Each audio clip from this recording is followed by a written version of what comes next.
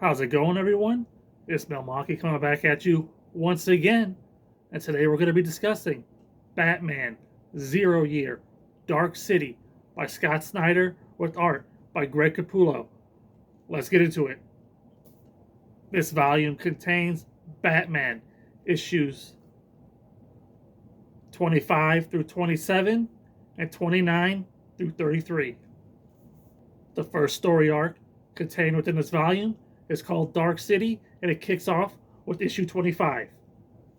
The GCPD and Batman investigate the brutal murders of Dr. Death during the Gotham City blackout. This issue also contains a backup story featuring Harper Row, everybody's favorite character, rigging up a lamp for her brother because he's afraid of the dark.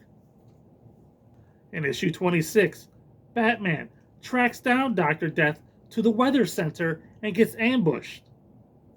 In issue 27, Batman and Lieutenant Gordon come to a common understanding and learn to trust one another.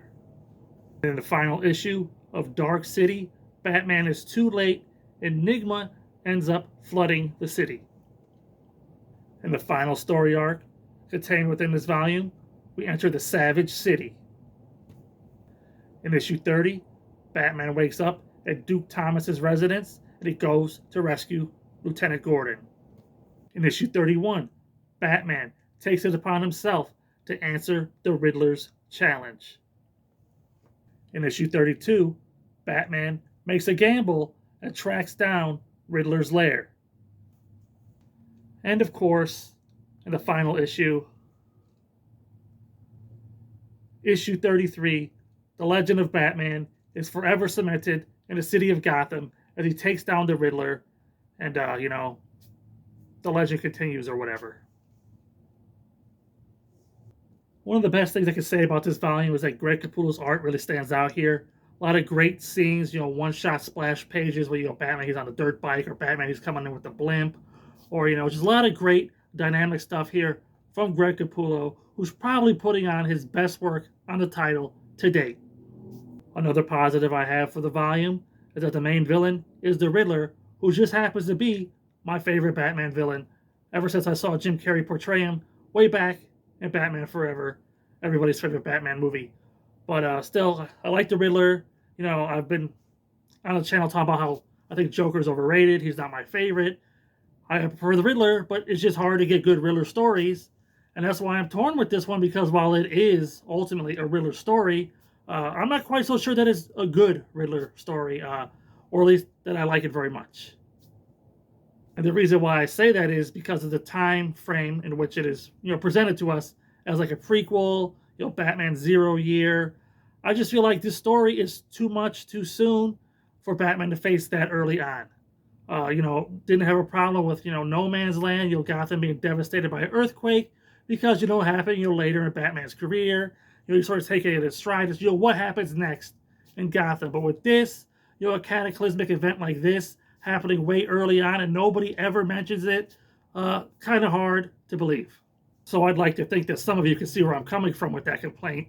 The story itself is pretty good. They give good explanations for why Gotham becomes overgrown with foliage, because, Riddler steals Dr. Pamela Isley's, her research, and we all know she's Poison Ivy, so it makes sense for why Gotham ended up the way that it did. It's just, if it happened in the modern day, I think the story would have been 100 times better. The fact that they shoehorned it into Batman's early past, it's just, I don't know. What do you guys think about that? Speaking of, too much too soon, the whole Dr. Death storyline being shoehorned in here, between, you got the first part of Zero Year dealing with the Red Hood gang and the Joker origin, and the last part being with the Riddler taking over the city. You got this Dr. Death storyline shoved in here, and I don't know where it's coming from. It's totally random. Batman is doing too much, and the whole story is basically a way for Batman and Gordon to find common ground and find a way to trust each other, when I don't agree with them even fighting in the first place. It's just drama for the sake of drama. Somehow Bruce happens to, lump in Gordon with the fact that his parents got killed because Gordon, picked Bruce up because Bruce skipped school that day, and later that day the parents happen to get killed, and this whole origin story with Commissioner Gordon's trench coat Not really enthralling stuff here. Drama for the sake of drama.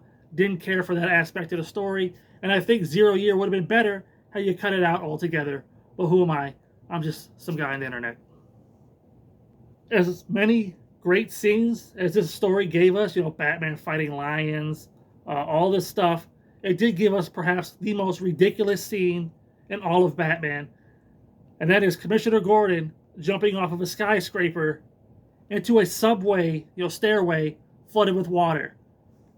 Who does this guy think he is? Batman? Oh wait, that's super heavy coming up. Yeah, completely ridiculous. I had a good laugh at this scene though, but just what was Scott thinking? But by far, my biggest complaint about the storyline would have to be that it's way too long. It took it over a year, in real time to tell the story as it came out in issues. There's a whole bunch of superfluous tie-in issues that add nothing. It's just DC Comics 0 Year, whatever, just a cash grab. And again, just overstayed its welcome. Like all of these Scott Snyder storylines tend to do. They're all like 11, 12, 13 issues. I mean, they don't all have to be that long, Scott. Especially when there's filler in there, like the Jim Gordon trench coat origin story. Who cares, right?